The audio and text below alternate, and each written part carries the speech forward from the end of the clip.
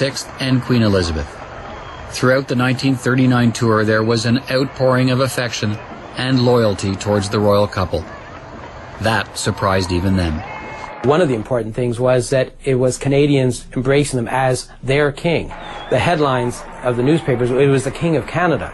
It wasn't the British king. I mean, of course, we were British. It wasn't, like I said, it wasn't anti-British.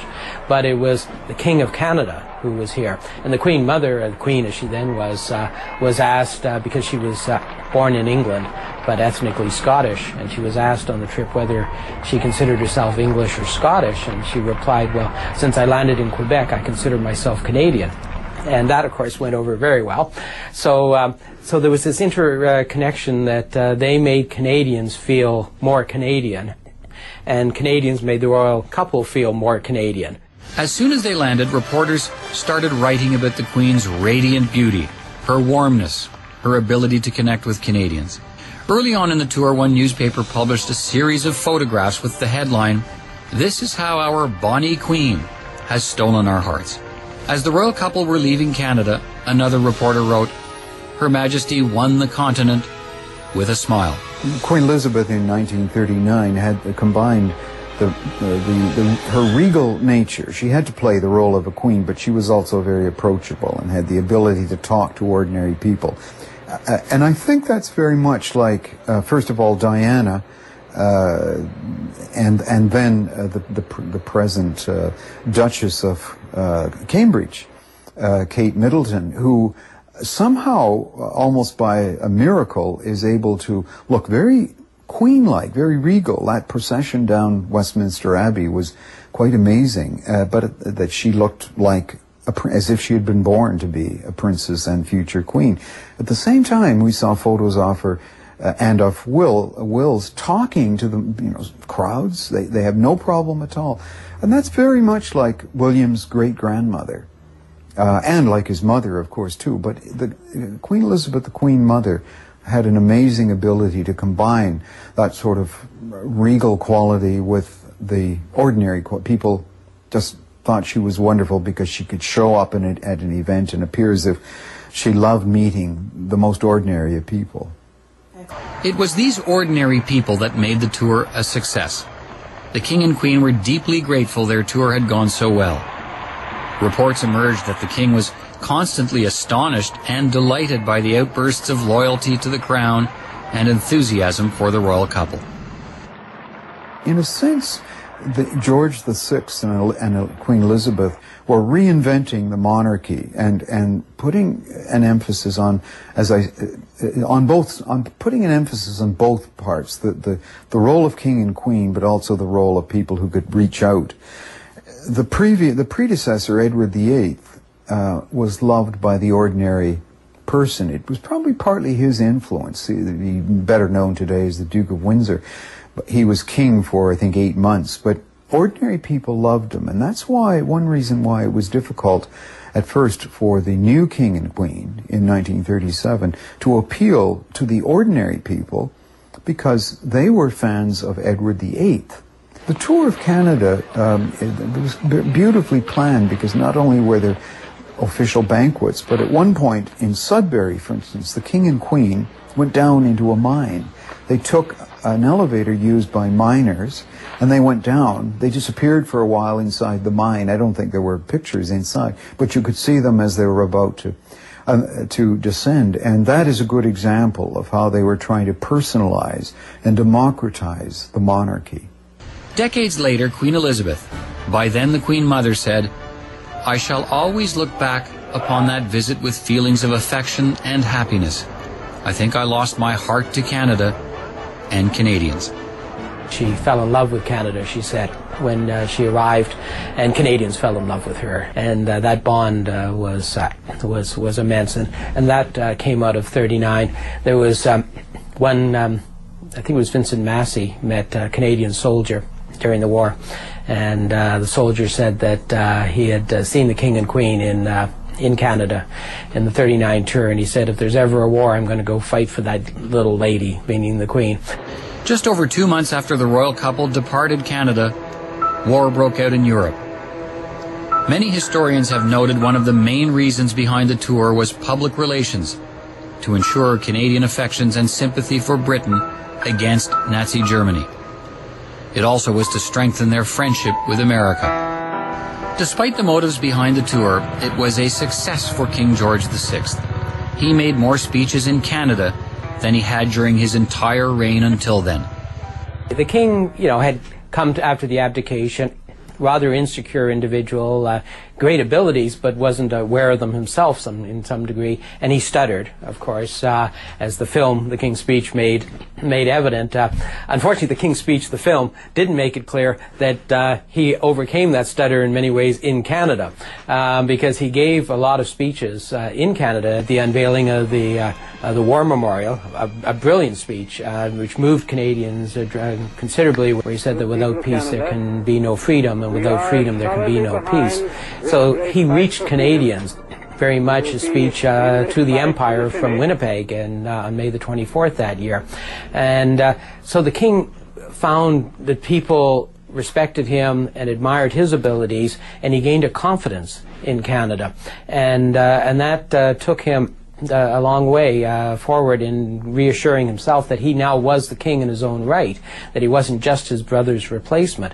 Another important aspect of the 1939 tour was the relationship between King George VI and French Canadians. The king was fluently bilingual, as was the queen, so he could speak French, so that played a very important role in bringing English and French Canadians together at that time.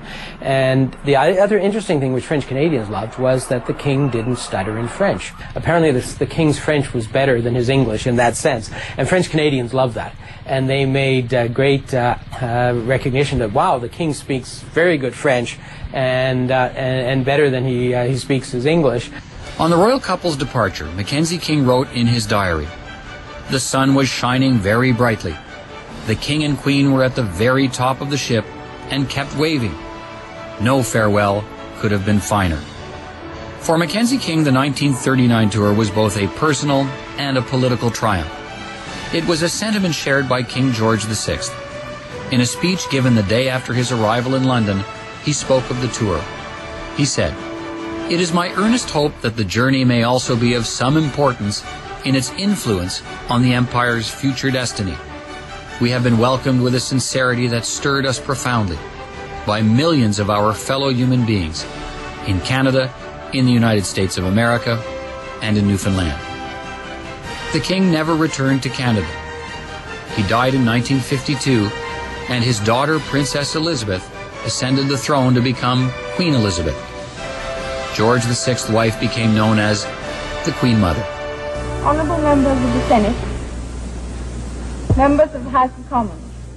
October 14th, 1957, the opening of the first session of the 23rd Parliament. It was the first time a reigning monarch had opened a Canadian Parliament and read the speech from the throne. For more than 2 hours this afternoon, every second was Canadian history in the making, wrote one reporter. Well, the 1957 opening when the Queen came and opened Parliament for the first time, first reigning monarch to open Parliament, was significant on a number of levels. First of all, it was the fulfillment of what the Fathers of Confederation wanted. When the Constitution Act, then the B&A Act as it was known, was drafted and written in 1867, the Fathers of Confederation wrote the Queen, then Queen Victoria, into the Constitution. The Queen is part of Parliament, not the Governor-General. It's the Queen. Laws are passed in the name of the Queen. And they made it clear that the principle was that the Queen in person or her representative would be part of the Canadian government. So they always wanted the monarch in person. Well, in 1957, it took 90 years for it to happen, though the king was there in 39. But finally, the Queen was fulfilling the ambitions of the Fathers of Confederation of 1867 in 1957. The Queen had first visited Canada in 1951 as a young princess. For 5 weeks, the Queen and her husband, Prince Philip, traveled from coast to coast. They attracted large, enthusiastic crowds. In Toronto, 12 were hospitalized and several fainted when 300,000 people gathered and waited at City Hall to see the princess. It surprised the 3,000 police who said they had never seen anything like this before. Scenes similar to this occurred across Canada. Upon their departure, a 4-cent Canadian stamp was created to commemorate the 1951 royal visit. 6 years later, Princess Elizabeth returned as Queen. A crowd of more than 500,000 lined the route leading to Parliament Hill to watch the royal procession. The visit came 4 years after the Queen's coronation. This was the Queen's golden day in Canada, wrote one national reporter. And she opened Parliament wearing the coronation dress she had worn at Westminster Abbey, so that the Parliamentary Act of opening the Parliaments became an extension of the Coronation Act of the investing of the Queen with the insignia of her office and the anointing and all that. The other interesting thing was, of course, it was very bipartisan. Actually, the 57 trip had been arranged by Louis Saint Laurent as Prime Minister. Louis Saint Laurent was a great supporter of the Crown, and he had planned it all, fully expecting to be the Prime Minister. And then there was the upset victory by John Diefenbaker, the minority government in 57. So the Parliament was opened with John Diefenbaker as Prime Minister, basking in the glow of the royal presence. And apparently Louis Saint Laurent was quite ticked off because he had really been responsible for the trip, but he didn't get any of the credit for it at the time. For John Diefenbaker, it was a personal and political highlight. He was profoundly loyal to the Queen and deeply dedicated to the traditions of the Crown. He took special care to ensure the event was seen by as many Canadians as possible. It was the first time television cameras appeared in the House of Commons and in the Senate. Millions of Canadians across the country tuned in to watch. Upon the Queen's departure, Diefenbaker issued a statement. "During this historic stay, Your Majesty has strengthened in us all our pride in Canada and in Canada's Queen. It is with high hope that you will come to us soon again." 2 years later, in 1959, the Queen did return for a 45-day tour of the country, stopping in every province and territory. It was the longest royal tour in history. The purpose of the 59 tour, of course, was to inaugurate the St. Lawrence Seaway. And the crowds were immense everywhere, even though at that point you were beginning to be able to sit at home and watch things on television. But people still did come out because it was only the second time the Queen had been here as sovereign. The Queen embarked on a brief tour of the United States. Similar to Mackenzie King in 1939, Diefenbaker was determined to make it clear that the Queen was visiting as the Canadian monarch. He accompanied the Queen to Chicago. Much to their surprise, they were greeted by over 500,000 excited Americans. After the visit, Diefenbaker told the House of Commons, "The welcome they received was certainly unparalleled in my experience." Later in his memoirs, Diefenbaker explained his attachment to the monarchy. "I am a Canadian first, last, and always. And to me, the monarchy remains a vital force in the Canadian Constitution." The 1959 tour is significant because it's the last. It's not only the greatest tour, but it's the last of the ones modelled on the 1860 tour, where you go around, and whether it's coast to coast or just eastern and central Canada, you go around and you see just about everybody in just about every place. And that included attending the greatest outdoor show on earth, the Calgary Stampede. The usual red carpets were replaced by a carpet of buffalo hides. 300 people from the Blackfoot, Sarcee, and Stoney Nations greeted the Queen. Sporting a customary white cowboy hat, Prince Philip and the Queen took in the first chuck wagon races of the Stampede. 150,000 visitors attended. It was the biggest crowd the event had seen in its 47-year history. The next day, headlines read, "Calgary gives Queen happiest day in Canada." One magazine of the time published a statistical portrait of the tour. 17 military parades, 21 formal dinners, 64 guards of honor, 193 bouquets, 381 platform appearances, and well over 7,000 handshakes. Buckingham Palace officials wanted it referred to as a royal tour rather than a royal visit. They wanted Canadians to know the Queen was not merely a visitor, she was the Queen of Canada, and she was at home here. It was a very successful tour and had many interesting features because, of course, the Queen arrived, and just after she arrived, it was confirmed that she was pregnant, that she was expecting a child who, of course, became Prince Andrew.